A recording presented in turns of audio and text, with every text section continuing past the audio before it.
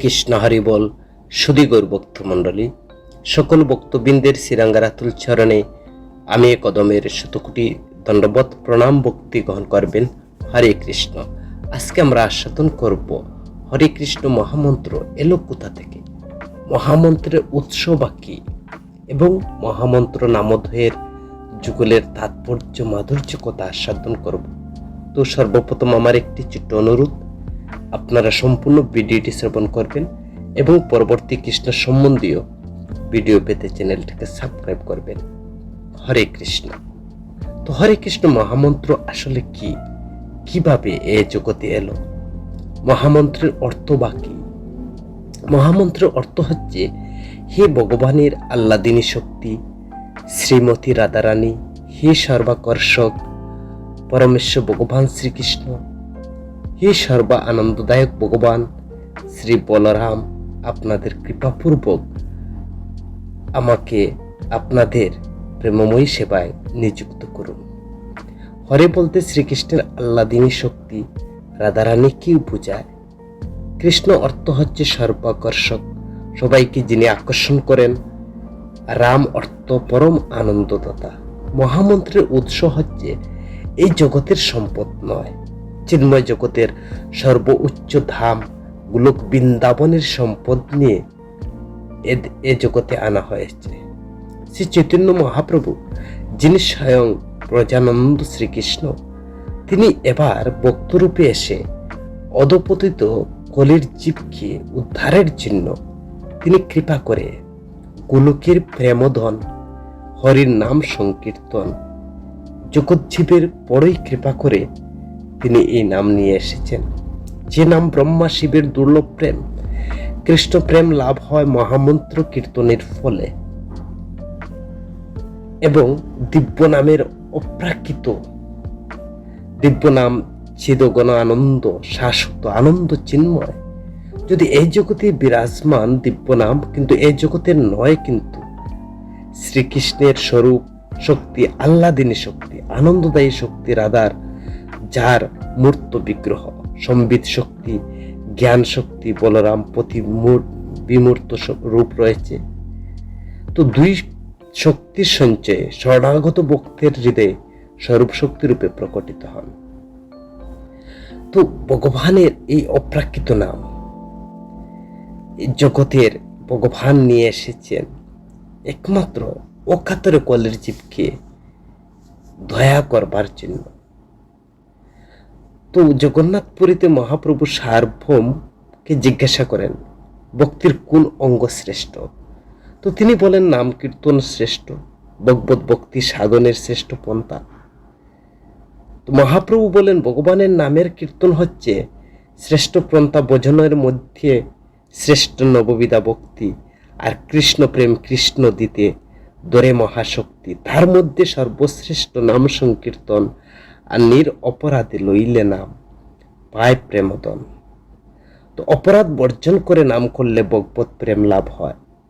ভক্তির 64টি অঙ্গ রয়েছে, 5টি অঙ্গকে শক্তিশালী বলছেন সাধুসঙ্গ, ভাগবত শ্রবণ, মথুরা বাস, শ্রীমূর্তি বিগ্রহ সেবা এবং নাম কীর্তন। তো মন্ত্র কি আমরা জানতে হবে।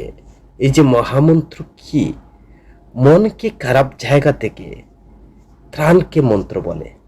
আর কলিতে পাপ বেশি, তাই একে তারক ব্রহ্ম মহাশক্তি দান করে মহা পাপীকে খারাপ জায়গা থেকে ত্রাণ করে বলে এই মন্ত্রের নাম বলা হচ্ছে মহামন্ত্র। কেন তারক ব্রহ্ম নামে আমরা জানি? এই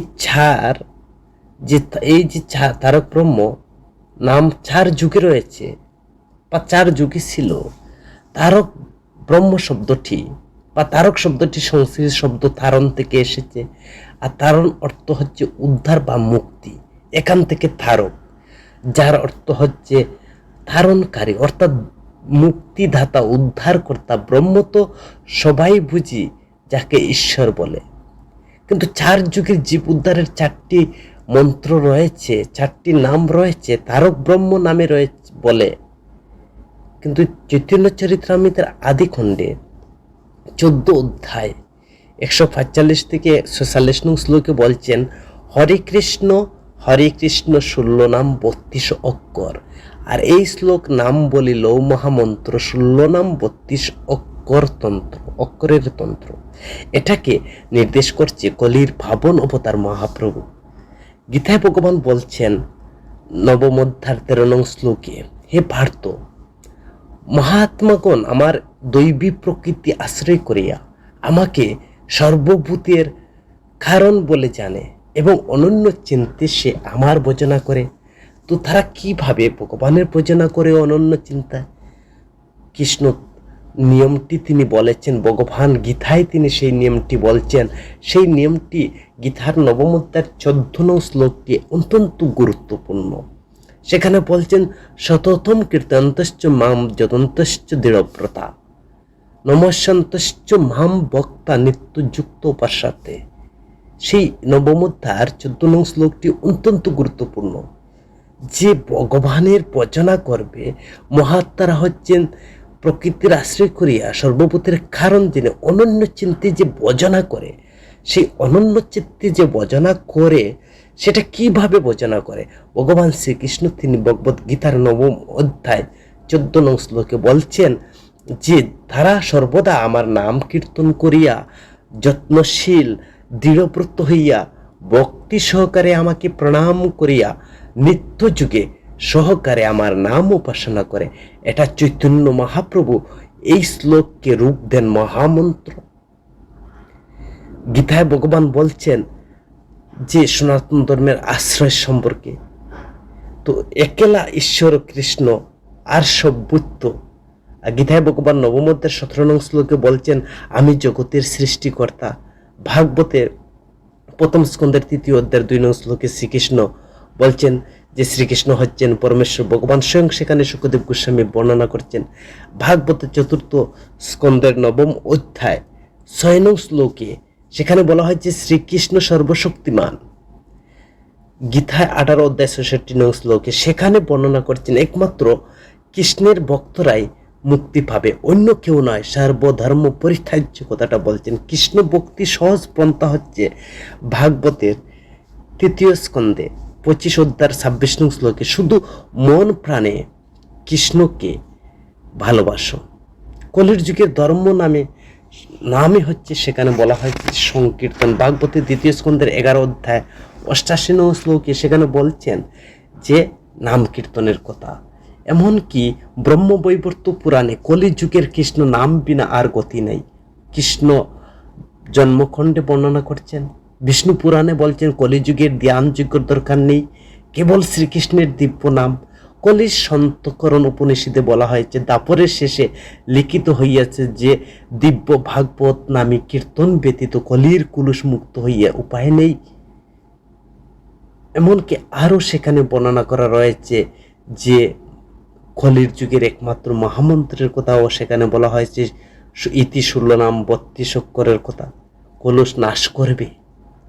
মহাভারতের শান্তি পূর্বে বর্ণনা করা রয়েছে ভীষ্মদেব রাজা যুধিষ্ঠিরকে উপদেশ দিয়েছিলেন যে তুমি কৃষ্ণ নাম জপ করিতে থাকিবা, এই বিশাল নয়ন কৃষ্ণের সেবায় লাগাও বা সেবায় যুক্ত করো। রাধাতন্ত্রে এই মহামন্ত্রটি আছে, হরে কৃষ্ণ মন্ত্রটি। বৃহৎ নারদীয় পুরাণে হরির নাম হরি নামই বা কেবলম কৌল নাস্তিব্য গতির অন্যতা। হরির নাম কেবল, কলির যুগে উহা বিনা আর গতি নেই। ভাগবতে আরো বর্ণন রয়েছে সত্যযুগে ধ্যান, ত্রেতা যুগে যাজন যুজন, দাপরে অর্চনা আদি যেসব ফল লাভ করা যায়। কলিতে কেবল মহামন্ত্রের যে ফল লাভ হয়, শুধু মহামন্ত্র জপ করলে সেই ফল লাভ হয়। দাপরে অর্চন করে কেবল দিব্য হরির নামই হচ্ছে শ্রীকৃষ্ণ কীর্তন করা। কলির যুগে যে যদি এক সাগর দূষের হয়ে থাকে, তবু একটি মুক্তির পন্থা রয়েছে যে কৃষ্ণস্য মুক্ত সঙ্গ পরম প্রচেত। কীর্তনাদেব যারা ভগবানের নাম গুণ কীর্তন করবে তাদের কলুর দূষ নিদে রাজনস্তি ওক মহাগুণ কীর্তনদেব কৃষ্ণস্য মুক্ত সঙ্গ পরম প্রচেত। ভাগবতে বর্ণনা করা রয়েছে সকল যুগে এই তারক ব্রহ্ম নাম ছিল। সত্য যুগে নাম ছিল নারায়ণম পরবেদা, নারায়ণম পরাকরা, নারায়ণম পরামুক্তি, নারায়ণম পরাগতি। তেতার যুগে ছিল নাম নারায়ণতে মুকুন্দ মধুসূদন, কৃষ্ণ কেবলম কংসাহারে বৈকুণ্ঠ বামন। দাপরে ছিল হরে মুরারে মধু কৈঠবরে, গোপাল গোবিন্দ মুকুন্দ নাম সরে। তো এইভাবে কলিতে সবাই হরে কৃষ্ণ মহামন্ত্র জপ করছেন, হরে কৃষ্ণ কৃষ্ণ কৃষ্ণ হরে হরে, হরে রাম রাম রাম হরে হরে। কিন্তু এই নামের ভিতরে রয়েছে অষ্ট হরে, 4 কৃষ্ণ 4 রাম।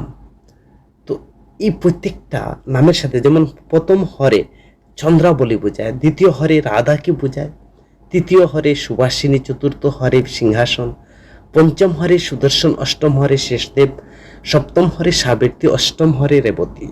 তো এইভাবে প্রথম কৃষ্ণ দ্বারা গোবিন্দ, দ্বিতীয় কৃষ্ণ বাসুদেব, তৃতীয় কৃষ্ণ জগন্নাথ, চতুর্থ কৃষ্ণ অর্থ হচ্ছে বলরাম, প্রথম রাম নাম দ্বারা রাধিকা, দ্বিতীয় রাম দ্বারা লক্ষ্মী, তৃতীয় রাম দ্বারা সরস্বতী, সুভদ্রা। এটা হলো নামের গুচ্ছ। চন্দ্রাবলী, গোবিন্দ, রাধা নাম, বাসুদেব, জগন্নাথ, সুবাসিনী, সিংহাসন, সুদর্শন, এইভাবে নামের গুচ্ছ অর্থ রয়ে গেছে। কিন্তু নামের এর 16 নম্বর 32 চক্রের মধ্যে নামদের মধ্যে যুগল রয়েছে। তো প্রথম যুগল হচ্ছে হরে কৃষ্ণ, এর অর্থর দ্বারা অবিদ্যা নাশ হয়। দ্বিতীয় যুগল হচ্ছে হরে কৃষ্ণ, অনূর্ধ্ব স্বরূপ বিভ্রম হয়, সেটাকে নাশ করে। তৃতীয় যুগল হচ্ছে কৃষ্ণ কৃষ্ণ, নামের নিষ্ঠা, দাস্য ভাব। ষষ্ঠ যুগল হচ্ছে হরে রাম ভাব। সপ্তম যুগল হচ্ছে রাম রাম মানে রাধা ভাব, রাধা প্রতি আসক্ত বা নিজ গুরুদেবের স্বরূপের প্রতি আসক্ত। অষ্ট যুগল হরে হরে, কৃষ্ণ অষ্টকালীন লীলা গুণ কীর্তন বোঝাচ্ছে। তো অষ্ট যুগলের অর্থ হচ্ছে অবিদ্যা নাশ, অনূর্ধ্ব নাশ, নামে নিষ্ঠা, নামে রুচি, শুদ্ধাস্য ভাব, রাধার প্রতি আসক্তি বা কৃষ্ণ লীলা কীর্তন আস্বাদন করে নিও। এই হচ্ছে নাম অষ্টদ্বয়ের যুগলের অর্থ। তো প্রথম যুগল দ্বারা আমরা কি বুঝছি? হরে কৃষ্ণ প্রথম যুগল, এর দ্বারা মানুষের অবিদ্যা নাশ হয়। এবং অবিদ্যা কি কেউ বলে না আমি ধনী, আমি জ্ঞানী, আমি পণ্ডিত, বংশ জাত মর্যাদা সম্মানের কথা বলে, এটাকে শাস্ত্রে অবিদ্যা বলে। তো প্রথম তোমাকে হরে কৃষ্ণ শব্দের দ্বারা অবিদ্যাকে নাশ করতে হবে, বিদ্যাকে প্রকাশ করতে হবে। বড় বড় ডিগ্রি অর্জন এই জগতের বিদ্যা নয়, এই সেই বিদ্যা জানিও নিশ্চয়, কৃষ্ণ পাদপদ্মে যদি চিত্তবৃদ্ধি লয়। দিগ্বিজয়ী করিব আমি বিদ্যার কার্য নহে, কৃষ্ণরে ভজিব বিদ্যা সত্য কহে। কৃষ্ণ ভজন বিনা জীবন, যৌবন, রূপ, মান, সম্মান, ধ্যান বা যা কিছু রয়েছে সবই ব্যথা। বিদ্যা শক্তি নহে হরি ভক্তি বিনে, আর ধনী ধনী নহে কৃষ্ণ প্রেম বিহনে। বিদ্যা দিয়ে, পণ্ডিত্য দিয়ে, ধন সম্পদ দিয়ে কৃষ্ণকে পাওয়া যায় না। তো তাহা কি আমরা কিসে পাবো? ভগবান তিনি বলছেন শুদ্ধ ভক্তি সরল প্রেমে আমি বাধা আছি সর্বখানে, কেউ তো আমায় পায় না খুঁজে। বিদ্যাশক্তি কৌশল একমাত্র লাঠির মতো সোজা হয়ে যেতে হবে, দণ্ডবত প্রণাম, দৈন্যতার মতো হতে হবে, দৈন্য হতে হবে। তো প্রথম হরে কৃষ্ণ দ্বারা এই অবিদ্যাকে নাশ করতে হবে। কোন বিদ্যাকে প্রকাশ করতে হবে? ভগবদ গীতার 9ম অধ্যায় ভগবান বলছেন যে রাজবিদ্যা রাজগুজ্জ, সকল বিদ্যার রাজা। আর যে বিদ্যাকে জানা হলে আর কোনো বিদ্যা জানার বাকি থাকে না। আর সেই বিদ্যাটা কি? ভগবান ভগবদ গীতার 9ম অধ্যায় যে বিদ্যাটা প্রদান করছেন রাজগুজ্জ বিদ্যা, সেই বিদ্যাটা হচ্ছে একমাত্র আমি কৃষ্ণের নিত্য দাস। দ্বিতীয় যুগল হচ্ছে হরে কৃষ্ণ, অনূর্ধ্ব নাশ, আমি ভুলে গেছি আমার নিজের স্বরূপ কি, কেন এলাম এবং কোথায় যাব, কিসের জন্য এই মানব জন্য, আমার মূল করণীয় কাজ কি, এইসব জিজ্ঞাসা হচ্ছে ব্রহ্মবিদ্যা জিজ্ঞাসা। নিজের খবর নিচ্ছি না, অন্যের খবর নিচ্ছি, কে কি করে। তো নিজের খবর নিলে কি হয়? আত্মানং তদ্বিদ্ধি, নিজেকে জানো আর ভগবানকে জানতে পারবে। মহাপ্রভু তিনি সনাতন গোস্বামীকে বলছেন যে কে আমি, কে বা আমায়, যারে তাপত্রয় আর এই জানে জীবের যেন ঐশী হিত হয়। তিনি বলছেন যে কে আমি, তিনি প্রশ্ন করছেন কত গূঢ় রহস্য। মহাপ্রভু উত্তর প্রদান করছেন জীবের স্বরূপ হচ্ছে কৃষ্ণ নিত্য দাস, জীবের কাম্য বস্তু হচ্ছে কৃষ্ণ প্রেম। আর আমরা কি হচ্ছে? আমরা ভুলে গেছি আমার ধর্ম কি। আর এখন আমরা কি করছি? নৈমিত্তিক ধর্ম পালন করতেছি। ধর্ম নামে পৃথিবীতে যত কিছু চলে, ভাগবত কহে তা পরিপূর্ণ দলে চলো ধর্ম করতেছি। হে ভগবান আমার চাকরি দাও, আমার ওটা দাও, সন্তান দাও, রোগ মুক্তি করো, নাম কীর্তন দেবো। এর মানে ভগবানকে লোভ দেখানো, ভগবানকে অফার দেওয়া। তো আশা রেখে ভগবানকে আরাধনা স্থলধর্ম বলে, এটাকে নৈমিত্তিক ধর্ম বলে। ভাগবতে প্রথম স্কন্ধের যে প্রথম অধ্যায় 2য় শ্লোকে বলছেন, ধর্ম প্রযোজ্যিত কৈবর্ত নির্মৎসরাম শতাম বিদ্যং বাস্তব বস্তু শিবদম তাপত্র উন্মিলম। যে স্থলধর্মকে পরিত্যাগ করতে হবে।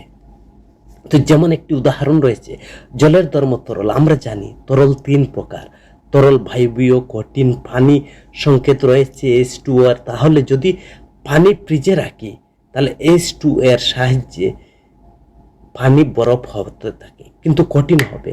তখন আমরা পানি খুঁজে পাবো না, পানি বরফের মধ্যে ঢুকে কঠিন প্রাপ্ত হবে, পানি কঠিন আকার ধারণ করবে। তাহলে আসল ধর্ম তরল, পানির আসল ধর্ম তরল, সেখানে গিয়ে সে কঠিন আবরণের মধ্যে গেছে।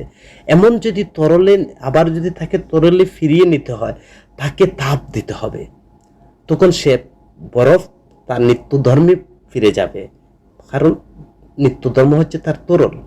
তো তদ্রূপ আমরা এই সংসার নামক গভীর ফ্রিজে ঢুকে গেছি। যদি সেই ফ্রিজ থেকে বের হতে হয়, সদা সর্বদা হরে কৃষ্ণ মহামন্ত্র জপের তাপ দিতে হবে। কেন ভুলে গেছি আমরা? 3 গুণের প্রভাবে। ভগবান ভগবত গীতায় বলছেন এই 3 গুণের প্রকৃতির কারণে। 8টি উপাদান রয়েছে, পঞ্চভৌতিক, ষড়রিপু, 10 ইন্দ্রিয়ের সেবা দিতে গিয়ে আমরা অবস্থা আজ এইরকম হয়েছে। যেমন এক বাঘের বাচ্চা মিশে যায় বেড়ার দলে, পরে বাঘের বাচ্চা যখন নিজ দলের যায় তখন সে তার স্বরূপ জানতে পারে।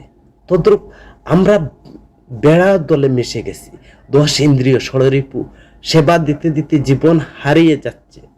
কিন্তু সদ্গুরু যখন সন্ধান দেবে, এই ভ্রম যাবে 2য় যুগল দ্বারা। এই ভ্রমকে নাশ করতে হবে। হরে কৃষ্ণ। 3য় যুগল দ্বারা হচ্ছে শত বিপদের মধ্যে কিঞ্চিত টলবে না, সে প্রেমের লক্ষণ হয়। ভাগবতে বলে কত বিপদ যুধিষ্ঠির, ধর্মকর্মে সদাস্তে। ভীষ্মদেব বাণ ছুটছেন, সবাই হাহাকার করছে, অর্জুন আজ মারা যেতে পারেন, কিন্তু একজন স্থির ছিলেন যুধিষ্ঠির। তিনি বলছেন অর্জুনের কিছুই হবে না, কারণ তার সাথে স্বয়ং ভগবান রথের সারথি, তাকে কেউ কিচ্ছু করতে পারবে না। তদ্রূপ আমাদের জীবনে দুঃখ কষ্ট আসবে, ব্যঙ্গে গেলে চলবে না, বিপদ আসবে। কুন্তী দেবী তিনি প্রার্থনা করছেন আমাকে বিপদ দাও, বিপদ দিলে ভগবান আসবেন। তদ্রূপ ভগবানের উপর বিশ্বাস এবং নিষ্ঠা রাখতে হবে। যেমন হনুমান নাম ছাড়েনি, ভক্ত হরিদাসকে কত বেত্রাঘাত, নাম ছাড়েনি, তিনি নামাশ্রয় হয়েছিলেন। তিনি বলেছিলেন কণ্ড কণ্ড হয় যদি মোর দেহ কান, তথাপি না ছাড়িব বদনী কৃষ্ণ নাম। একবার হনুমানকে দ্বারকায় আনতে গরুল তিনি যান, আর গিয়ে বলেন হে হনুমান, তুমি রাম ভক্ত, আজ রাম দ্বারকায় কৃষ্ণ হয়ে এসেছেন, তোমাকে নিতে এসেছি। হনুমান লেজ দিয়ে তাকে বাড়ি মারলেন। গরুল গিয়ে পড়লো দ্বারকায়, কৃষ্ণকে এসে বলল, কৃষ্ণ বললেন যে কি হয়েছে তোমার? তখন গরুল বলল, আমিও বললাম যে কৃষ্ণ এসেছেন দ্বারকায় যাওয়ার জন্য, তিনি আমাকে এইভাবে প্রহার করে আমাকে দ্বারকায় ফিরিয়ে দিলেন। কৃষ্ণ বললেন তুমি যাও, হনুমানকে গিয়ে বলো রাম এসেছেন দ্বারকায়, তোমাকে নিতে এসেছি। তো গরুল গিয়ে বললেন রাম এসেছেন দ্বারকায়, তোমাকে নিতে এসেছি। সঙ্গে সঙ্গে হনুমান কি করলেন, লাফ দিয়ে তিনি দ্বারকায় চলে আসলেন। এই হচ্ছে রাম। তখন ভগবান শ্রীকৃষ্ণ তিনি কি করেছিলেন, রাম রূপ দেখিয়েছিলেন। কৃষ্ণের ভক্তের অধীন, তার ভক্ত রামরূপ চায়, কিন্তু তিনি অন্য রূপ জানে না, তাই তিনি কৃষ্ণ রাম সাজতে হয়েছে। এটা হচ্ছে হনুমানের ছিল নামে নিষ্ঠা। তো 3য় যুগল দ্বারা এইভাবে নামে নিষ্ঠা হতে হবে। তো 4র্থ যুগলে হরে হরে কৃষ্ণ ভজন করো, সাধন করো, ভগবত কথা শ্রবণ করো, কীর্তন করো। আসক্তি বৃদ্ধিকে রুচি বলে। সাধন ভক্তি, ভগবত ভক্তি এইসব ভগবান ভজনের প্রথম স্তর। নাম শুনে নামে আসক্ত হওয়া, এইভাবে নামে ঘনীভূত হলে ভাব আসবে, অষ্টসাত্ত্বিক ভাবের বিকার তার মধ্যে দেখা দিবে এবং ভাব উদয় হবে। 5ম যুগল হচ্ছে হরে রাম। এই যুগল দ্বারা দাস্যতার বোঝায়, আমি কৃষ্ণদাস, আমিত্ব বিলীন হয়ে যাওয়া, একনিষ্ঠ ভক্তি হয়। মহাপ্রভু বলেন কোটি কোটি জন্মের পর এই মানব দেহ আর কোটি কোটি জীবের মধ্যে যিনি গুরুকৃপায় ভক্তিলতা লাভ হয়, তিনি স্বরূপ লাভ করেন, অবিদ্যা তখন তার নাশ হয়। সদ্গুরুর কৃপায় ভক্তিলতা বীজপ্রাপ্ত হয়। মহাপ্রভু রূপকে বলেন গুরু কৃপা অহৈতিক প্রসাদ, মালি হইয়া সেই বীজ করহ রোপণ, আর সেবন শ্রবণী কীর্তনে জল কর সিঞ্চন। যেমন দুর্লভ গাছে পজন বীজ বপন করে জমিতে রূপায়ণ করে, সেই রকম ভক্তি বীজ হৃদয়ে রোপণ করো, হরির নাম সংকীর্তন রূপ বাড়ি সিঞ্চন করো, তখন বীজ ফুটবে, অপ্রতিহত ভাবে বৃদ্ধি পাবে, ভক্তিলতা গোলক ধাম প্রবেশ করবে। 10 অপরাধের কথা তিনি বলেন যে ভক্তিলতার বাসনা রূপ আগাছা যদি হয় উপড়ে ফেলতে হবে, তোমার প্রেম ফল ফলবে। লতায় যদি উঠে উপশাখা গণ, প্রথমে তাহাকে করিবে ছেদন, প্রেম ফল ফাঁকি ফোড়ে মালি আস্বাদ হয়, লতা অবলম্বী সে কল্পবিজ্ঞ হয়। লতাকে ভক্তিরূপের সাথে তুলনা করেছেন, কারণ লতার স্বভাব হচ্ছে কোমল, ভক্তির সাথে সম্বন্ধ তত্ত্বযুক্ত করতে হবে, না হয় প্রেম ফল ফলবে না। তাই এইরকম ছিল, ভগবানকে ভোগ নিবেদন দিতে ভালো লাগছে কিনা লাগছে, যদি না বলেন সম্বন্ধ হলো না। তো যদি আপনার বাড়িতে আত্মীয় স্বজন আসছে, তাদেরকে আপ্যায়ন করেন, তো আমরা যে প্রতিদিন ভগবানের যে ভোগ দিচ্ছি, সেটা কি ভগবানের ভালো লাগছে কি লাগছে না সেটা বুঝবো কেমন করে? যদি বুঝি তাহলে বুঝবেন সম্বন্ধ হচ্ছে, আর যদি না বুঝি তাহলে বলবেন যে বিগ্রহের প্রতি প্রকৃত বোধ রয়ে গেছে। বলতে পারেন বিগ্রহ কি কথা বলে, আমি বিগ্রহকে ভোগ দিচ্ছি, হ্যাঁ তিনি কথা বলবেন। তিনি বলছেন আমি যেভাবে কথা বলছি বিগ্রহ সেইভাবে কথা বলবে, তখন তোমার অন্তর্যামী রূপে, অন্তর্যামী গুরু রূপে আপনাকে কথা বলবেন। এটা আপনি শুনতে পারেন, গুরুদেব বলবেন ওটা করো ওটা করো না। বিগ্রহ রূপে ভগবান সাক্ষাৎ ব্রজেন্দ্রনন্দন আপনার অন্তরের কথা বলবেন। সেই বিগ্রহ প্রেম ভক্তি হইতে হয় প্রেমের উৎপন্ন, আর ভক্ত তার শরীর দ্বারা ভগবানের সেবা করবে, বলবে আমি ভগবানের দাস। দাসের লক্ষণ প্রভুর সুখ বিধান করা। ষষ্ঠ যুগল হচ্ছে হরে রাম ভাব। এই সময় কৃষ্ণর গুণগান কথা আকৃষ্ট হওয়া, তার মধ্যে ভাবের সঞ্চার হওয়া, সাত্ত্বিকভাবে ফুটে উঠবে। 13টি প্রেমের লক্ষণ রয়েছে: নিত্য ভূমিতে লুণ্ঠন, গীত, ক্রুশন, রোমাঞ্চ, হুঙ্কার, জম্বন, শ্বাসবৃদ্ধি, লুকোপাক্কা, হাস্য, ক্রন্দন, এইসব উদগ্রূণ্য হিংকা।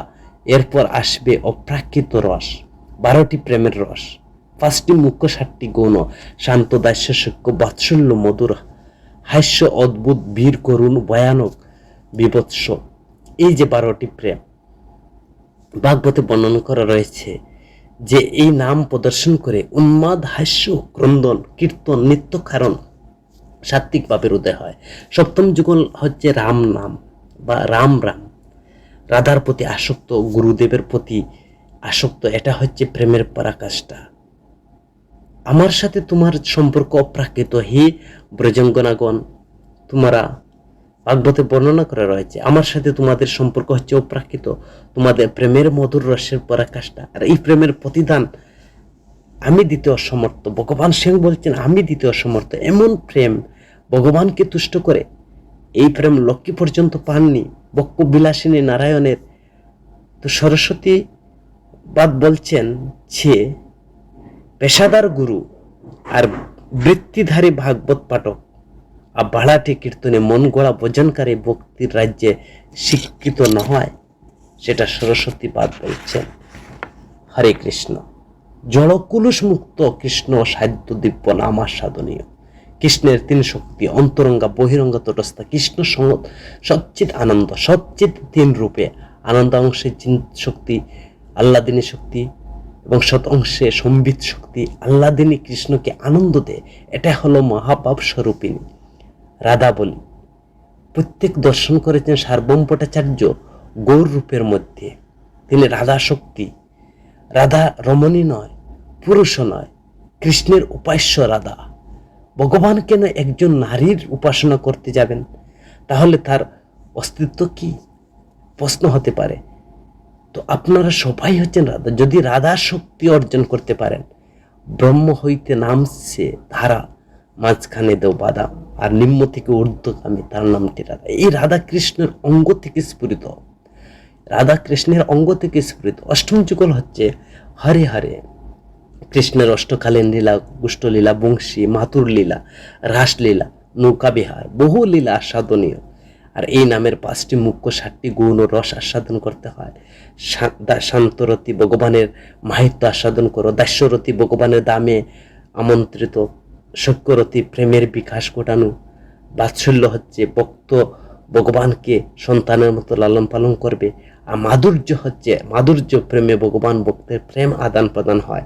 নিত্য সিদ্ধ কৃষ্ণ প্রেম সাধ্য কবু নয়, শ্রবণাদি শুদ্ধ চিত্তে করায় উদয়, বিশ্বাসী কৃষ্ণ কৃপা অবিশ্বাসী নয়, এ এক রহস্য ভক্ত জানিও নিশ্চয়। সদা এই নাম গাও বিশ্বাস করিয়া, কলির বাধা নাহে তাতে সদা শুদ্ধ হিয়া। অকৈত কৃষ্ণ কীর্তন করতে হবে, সব পাপ খণ্ডন হবে, সর্বতীর্থের অধিক নাম সব শাস্ত্রে কয়। সকল অবতারের সার গৌরা, এই সার এনেছেন গোলকের প্রেমদন, হরির নাম সংকীর্তন শ্রদ্ধা করি লইলে নাম অপরাধ কুটি, আক্রমিবে কৃষ্ণ যদি না থাকে কুটিনাটি। তীর্থ ভ্রমণে যে ফল লাভ হবে, আর এই কৃষ্ণ নামে সেই ফল পাবে। এই নাম লইতে খালের শৌচের কোনো নিয়ম নেই, সদা সর্বদা এই নাম জপ করা যায়। নাম চিন্তামণি কৃষ্ণ রস বিগ্রহ, নাম নামি একরূপ বেদ নাহি করো বিশ্বাস, ভক্তি প্রেম একাধারে থিন, লইতে হরির নাম নাচে তুণ্ড অবিরাম। আমার তো হয় না, কেন হয় না? আমি নামকে আশ্রয় করিনি।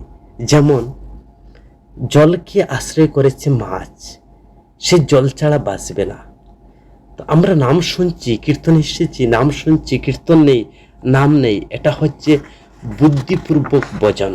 আর যতক্ষণ পর্যন্ত বুদ্ধিপূর্বক ভজনে নাম লইবে, ততক্ষণ নাম যে ফল, সেই ফলটা পাবে না। তো শতপ্রতভাবে নাম লইতে হবে, একাগ্র ভাব না হলে তোমার নাম তোমাকে স্পর্শ করবে না। লইতে কৃষ্ণ নাম নাচে তুণ্ড অবিরাম। এই নাম দিয়ে আমি একা একা নাচছি কি, ভাবে ক্রন্দন করছি কি, যদি না হয় জানবে আমি নাম আশ্রয় গ্রহণ করিনি। নামের কি মহিমা, সখীগণকে রাধা বলছেন, এই নামের কি মধু, কি স্বাদ, আমার লইতে ইচ্ছা করে। বেশি দিন আগের কথা নয়, নবদ্বীপের পাশে জাহাননগরে সিদ্ধ বাবাজি সারঙ্গদেব থাকতেন, তিনি গোপীনাথের সেবা করতেন। শিষ্য নেই, বৃদ্ধ হয়েছেন, পুষ্পচয়ন করতে পারছেন না, কিভাবে সেবা দিবেন? মহাপ্রভু আসলেন, বললেন আগামীকাল সকালে যাকে প্রাতঃ স্নানের সময় যাকে দেখবে তাকে মন্ত্র দিয়ে শিষ্য করাবেন। সকালে উঠে চলে গেলেন নদীতে, এক মৃত দেহের কর্ণে মন্ত্র দীক্ষা দিয়েছিলেন 16 নম্বর ত্রিশকর। মৃতের প্রাণ সঞ্চার হয়, আলিঙ্গন হলো, তখন বললেন তুমি খেয়ে। সে মৃত ব্যক্তি বলল, আমি মুরারি গুপ্ত, আমার পিতা মধুসূদন চক্রবর্তী, আমরা স্বর্গনাথপুর থাকি। নামের এমন ঔষধ, মৃত সঞ্জীবনী শক্তি লেখা আছে শাস্ত্রের পাতায়। অমৃত নাম রস মাধুর্য, মৃত ব্যক্তিও সেই নাম দিয়ে মহাপ্রভুকে জিজ্ঞাসা করেন, মুরারি গুপ্ত কত লক্ষবার নাম জপ করলে শ্রীহরির দর্শন হয়? মহাপ্রভু বলেন, ওটা গণনার উপরে নয়, আকুল এবং ব্যাকুলতার উপর হরিণ দেখা দেন। আকুল প্রাণে একবার যে ডাকিতে পারে, সে গোবিন্দের দেখা দেন তারে। হে হেন কৃষ্ণ নাম যদি লয় বহুবার, যদি না থাকে পুলক নহে অশ্রুদার, তবে সে জানিয়ে অপরাধ আছে প্রচুর, আর কৃষ্ণ প্রেমের বীজ ফুটে না হয় অঙ্কুর। কিভাবে নাম লইতে হবে? শাস্ত্র বলছেন যে কুবুদ্ধি ছাড়িয়া করো শ্রবণ কীর্তন, অচিরাতে পাবে কৃষ্ণ প্রেমদন। বহু জন্মে করে যদি নাম সংকীর্তন, তথাপি না পায় ব্রজের নন্দন। একবার নাম নিলে যত পাপ হরে, জীবের সাহায্য নাই তত পাপ করে। এই কথাটা মহাপ্রভু তার ব্যাখ্যা দিয়ে দিয়েছেন। নীলাচলে কীর্তনকালে 4 মাস সেখানে কীর্তন হয়েছিল। পুলিন গ্রামবাসীরা শুদ্ধিরাজ খান প্রশ্ন করেছিলেন, আমরা গিয়ে কি করব, কি ভজন করব, আমরা সংসারে কেমন করে ভজন করব? প্রভুকে কৃষ্ণ সেবা বৈষ্ণব সেবন নিরন্তর করো, কৃষ্ণ নাম সংকীর্তন। যাও নিরন্তর ঘরে গিয়ে কৃষ্ণ ভজন করো, বৈষ্ণব সেবা করো। শুদ্ধিরাজ খান বললেন, বৈষ্ণব চিনব কেমন করে? প্রভু কহে যার মুখে শুনি কৃষ্ণ নাম, সেই তো বৈষ্ণব প্রধান। পূজ্য সভাকার প্রভু কহে বৈষ্ণব সেবা, নাম সংকীর্তন, এই দুই করো পাবে শীঘ্রই কৃষ্ণের চরণ। শুদ্ধিরাজ খান বৈষ্ণবের লক্ষণ কি জিজ্ঞাসা করলেন হাসিয়া। কহেন মহাপ্রভু, কৃষ্ণ নাম নিরন্তর যাহার বদনে, আর সেই বৈষ্ণব শ্রেষ্ঠ। ভজ্য সবারে বিশেষ লক্ষণ বলছেন, যাহাতে দেখিলে আইসে কৃষ্ণ নাম মুখে, সেই জানিও বৈষ্ণব প্রধান। এসব হলো গৃহস্থী কৃষ্ণ ভজনের কথা। হরে কৃষ্ণ সরলভাবে গড় নিজ ব্যবহার, জীবন মরণে কৃষ্ণ প্রেম সার। গৃহে থাকো কৃষ্ণ ভজন করো কৃষ্ণ ভাবে। হরে কৃষ্ণ।